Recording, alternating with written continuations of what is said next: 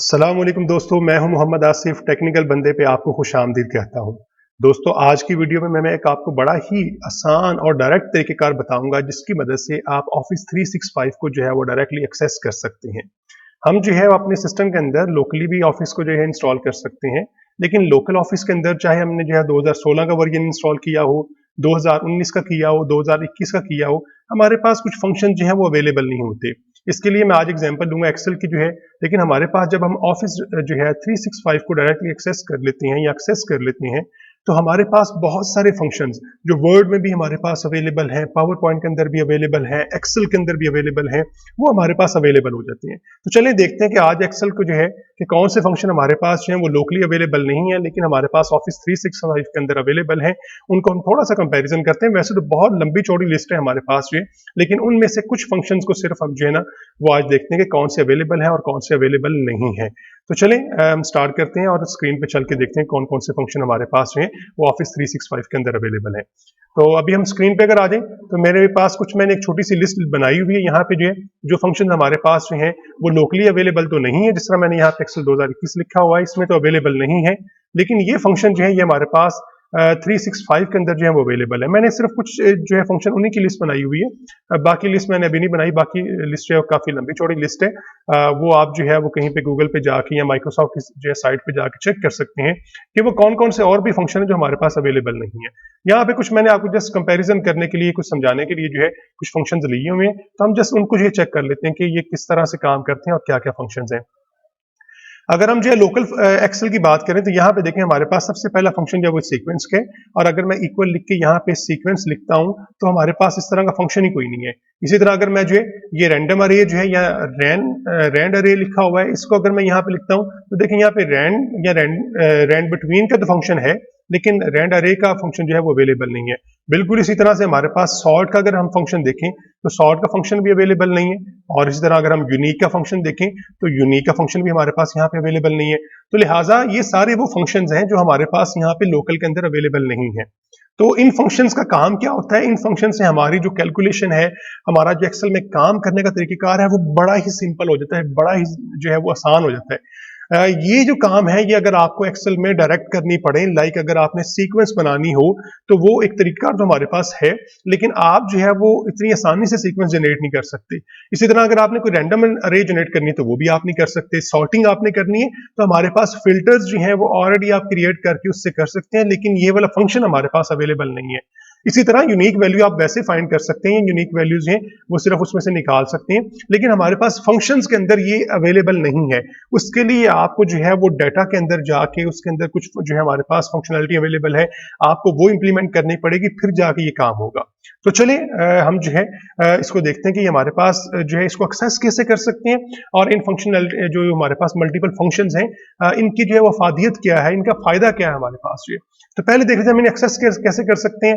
Access करने का बड़ा ही आसान तरीकेकार है, बड़ा ही सिंपल तरीकेकार है, और वो तरीकेकार हमारे पास ये है कि आपने अपने एज को जो है एज ब्राउजर जो माइक्रोसॉफ्ट ने अपना ब्राउजर दिया हुआ है, आपने उसको जो है ओपन कर लेना है, और उसके अगर आप जो है इधर राइट साइड पे आ जाएं तो हमारे पास काफी सारे टूल जो है वो अवेलेबल हैं, और उनमें अगर आप यहाँ पे देखें तो हमारे पास ऑफिस 365 जो है वो अवेलेबल है। तो आप इस पे क्लिक करेंगे तो आपको ऑफिस 365 जो है वो फ्रीली अवेलेबल हो जाएगा। तो इसके लिए जो है आपको जस्ट ये कि आप किसी अकाउंट से अपना लॉगिन कर लें, यहाँ पे जो है वो लॉगिन मांग सकता है आपसे जो है, तो आप लॉगिन कर लें किसी भी जीमेल अकाउंट से या माइक्रोसॉफ्ट अकाउंट से जो है, तो उसके बाद आपको ये साइट के ऊपर जो है ये अवेलेबल होगा। तो आप इसके ऊपर जो है वो क्लिक करेंगे जस्ट ये, तो आपके पास ऑफिस 365 देखें यहाँ पे हमारे पास जो है वो ओपन हो गया, और इसमें अगर आप देखें तो हमारे पास जो है वो सारी ही फंक्शनलिटीज जो ऑफिस के अंदर अवेलेबल होती हैं वो सारी यहाँ पे अवेलेबल है। इसमें अगर आप देखें हमारे पास वर्ड है, एक्सेल है, पावर पॉइंट है, लेकिन आज हम चूंकि जो है वो एक्सेल की बात करना चाह रहे हैं तो लिहाजा फिर हम एक्सेल को जो है वो ओपन कर लेते हैं।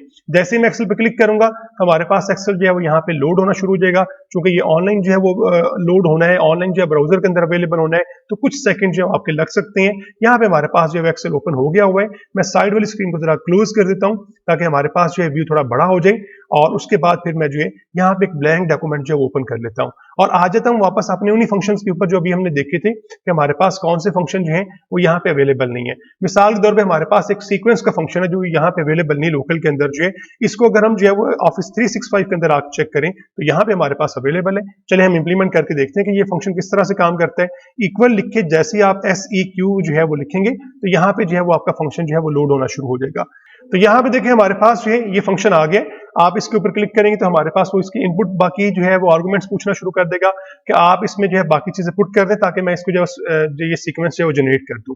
अब इसके लिए आप क्या करेंगे, सबसे पहले आपने बताना कि आपने जो है वो कॉलम कितने रखने हैं और आपने जो है बताना कि आपकी जो है वो रोज कितनी होंगी। ये दो चीजें आपने बतानी है यहाँ पे जो है, और ये बताने के बाद बाकी हमारे पास जो चीजें जो है वो ऑप्शनल है। आप उनको बता दें फिर भी ठीक है, आप ना बताएं फिर भी ठीक है, सिर्फ आपने रोज जो है बता दें तो तभी ये सीक्वेंस जनरेट कर देगा।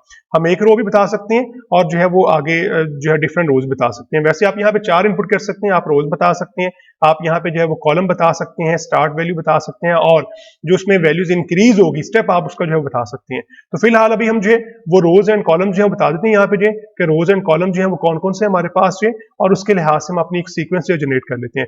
लाइक मैं यहाँ पे बताता हूँ कि हमारे पास रोज जो है वो 5 होनी चाहिए और इसमें जो हमारे पास जो है कॉलम जो है हमारे पास वो फर्ज कर ले हम जो है वो 7 कर लेते हैं। ये लिख के मैं एंटर प्रेस करूंगा तो देखिए हमारे पास उसने एक सीक्वेंस जनरेट कर दी है स्क्रीन के ऊपर जो है, ये 1 से स्टार्ट हो रही है और जितनी मैंने रोज कही थी उतने ही कॉलम जो है उसके अंदर उसने फैला दिए और इसमें जितनी वैल्यूज मैक्सिमम आ सकी हैं वो आ गई। चूंकि हमने 5 कॉलम थे और हमारे पास 5 रोज थी और 7 कॉलम थे तो हमारे पास 1 से स्टार्ट होकर जो है 35 तक की वैल्यूज आ सकती थी, तो उसने वैल्यू जनरेट कर दी। इसी तरह से हमारे पास दूसरा फंक्शन था रैंडम अरे का जो है, रैंडम अरे जो है वो भी इसी तरह से जो है एक अरे नंबर ऑफ अरेज जनरेट करेगी, लेकिन वो रैंडम नंबर की जनरेट करती है। अगर आपने सीक्वेंस में नंबर नहीं आपको चाहिए, आपको रैंडम जो है वो नंबर चाहिए तो आप फिर वो रैंडम नंबर भी जनरेट कर सकते हैं। उसके लिए भी आप कुछ इसी तरह की वैल्यूज जो है वो दे सकते हैं। लाइक मैं यहाँ पे रैंड जो है वो लिखता हूँ अरे, तो रैंडम अरे के नाम से हमारे पास फंक्शन आ गया और यहाँ पे जो है अब आपने क्या वैल्यूज देनी है। यहाँ पे आपके पास फिर 4 वैल्यूज आ सकती हैं, 5 वैल्यूज आ सकती हैं, डिपेंड करता है कि आपने कौन कौन सी वैल्यूज हैं वो यहाँ पे लिखनी है। यहाँ पे आप बता सकते हैं रोज कितनी होंगी, कॉलम्स कितने होंगे, मिनिमम वैल्यू क्या होगी, मैक्सिमम वैल्यू क्या होगी, और आपको इंटीजर चाहिए या आपको जो है वो डेसिमल वाले नंबर चाहिए। तो इसके लिए आपने ये 4 चीजें या 5 चीजें बता दें जो है तो वो आपके लिए जो है वो जनरेट कर देगा। ये सारी ऑप्शनल है, आप इनको जो है वो छोड़ भी सकते हैं, लेकिन हम चूंकि नंबर्स कुछ जनरेट करना चाह रहे हैं तो लिहाजा हम यहाँ पे जो है कुछ वैल्यूज जो है वो इंसर्ट कर देते हैं। लाइक मैं यहाँ पे कहता हूँ मुझे जो 3 रोज चाहिए और मुझे जो कॉलम चाहिए वो फर्ज कर ले मैं कहता हूँ 5 कॉलम चाहिए, और जो इनिशियल वैल्यू है जिससे मैंने वैल्यू अपनी स्टार्ट करनी है वो फर्ज कर ले मैं कहता हूँ 22 मुझे वैल्यू जो है इससे स्टार्ट हो और कहां तक जाए जो है ये 150 वैल्यू तक जो है वो आपकी अरे जो है वो जानी चाहिए। अब ये काम करने के बाद आप अगर जो है वो इंटीजर बताना चाह रहे हैं तो आप फिर यहाँ पे जो है वो लिख देंगे ट्रू कर देंगे। जो है ट्रू का मतलब ये कि आपके जो है वो सारे इंटीजर्स ही जनरेट होंगे। ये करने के बाद जैसे ही आप एंटर प्रेस करेंगे तो देखिए उसने क्या किया, 3 रोज और 5 कॉलम पर मुश्तमिल जो है वो एक जो है वो जनरेट कर दिए और इसके अंदर जो है उसने सारे नंबर जो है जो मैंने आपको इस फंक्शन को जो है वो इनिशियल वैल्यू दी थी और जो आपकी फाइनल वैल्यू दी थी उसके अंदर अंदर रहते हुए सारी वैल्यू जो है वो जनरेट कर दी है। तो इसी लिहाज से हमारे पास जो है आगे सॉर्ट का फंक्शन है। अगर आप इसको सॉर्ट करना चाह रहे हैं, लाइक मैं किसी एक कॉलम को जो है वो सॉर्ट करना चाह रहा हूं, क्योंकि ये मेरे पास जो है जरा डिफरेंट है, यहाँ पे कुछ वैल्यूज अगर आप और भी जनरेट करना चाह रहे हैं तो वो जनरेट करके इनको सॉर्ट कर सकते हैं। लाइक मैं यहाँ पे कुछ ये वैल्यूज हैं इनको कॉपी करके यहाँ पे ले आता हूँ और उसके बाद मैं यहाँ पे जस्ट सॉर्ट का जो है फंक्शन लगा देता हूँ। ये मैंने यहाँ पे कॉपी कर लीजिए, यहाँ पे पेस्ट कर देता हूँ इनको जो है। अब ये जो मेरे पास कुछ वैल्यूज हैं इनको मैं जरा थोड़ा अलग कर लेता हूँ ताकि मैं इनको जो है आसानी से सॉर्ट कर सकूं। तो यहाँ पे मैं इन्हें जो है पेस्ट बाय वैल्यू कर लेता हूँ, क्योंकि हमारा वहां पे फंक्शन लगा हुआ है तो हो सकता है वो थोड़ी सी जो है वैल्यूज यहाँ पे ना आ सके। अब मैंने देखें यहाँ पे ये वैल्यूज जो है ये पुट कर ली है। अब मैं इनके ऊपर जो सॉर्ट का फंक्शन लगाता हूँ, लाइक मैं यहाँ पे आता हूँ और इक्वल करने के बाद यहाँ पे सॉर्ट का फंक्शन जो है स्टार्ट करता हूँ। तो हमारे पास जो है यहाँ पे सॉर्ट का फंक्शन जो है वो हम लिख लेते हैं।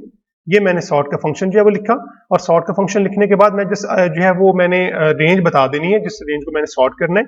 तो मेरे पास ये सारी रेंज है तो मैं ये सारी रेंज बताता हूँ और ये करने के बाद मैं इसे जो है प्रेस कर देता हूँ। तो अब देखिए उसने क्या किया, उसने जो वैल्यूज मेरे पास थी उनको सॉर्ट करके बड़े अच्छी तरीके से जो है वो यहाँ पे बता दिया हुआ है। इसी तरह अगर मैं यूनिक का जो है फंक्शन यूज करूंगा तो यहाँ पे जो वैल्यूज जो है रिपीट हो रही है उनको वो खत्म कर देगा, क्योंकि यहाँ पे कोई वैल्यू रिपीट नहीं हो रही तो फिर आपको यूनिक का फंक्शन जो है यहाँ पे इंप्लीमेंट होता नजर नहीं आएगा। तो भाई ये मैंने तो कुछ अभी आपको थोड़े से फंक्शन बताए थे, अगर आप जो है जाके इनकी लिस्ट देखें तो बहुत सारे फंक्शंस हैं जो आपके लोकल ऑफिस के अंदर अवेलेबल नहीं है, लेकिन आपके जो है वो ऑफिस 365 के अंदर अवेलेबल अवेलेबल हैं। तो लिहाजा हमें यहाँ पे एज ब्राउजर के अंदर जब हम ओपन करते हैं तो यहाँ पे हमें फ्रीली एक्सेस मिल रहा है ऑफिस 365 का जो है। तो आप जो है वो जाके फिर ऑफिस 365 को यहाँ से फ्रीली यूज कर सकते हैं।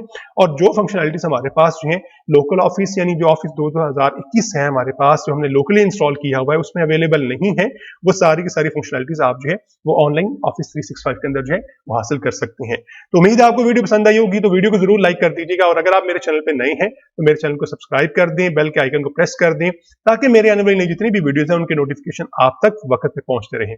ओके जी, मिलते हैं नेक्स्ट वीडियो तक, तब तक के लिए अल्लाह हाफिज।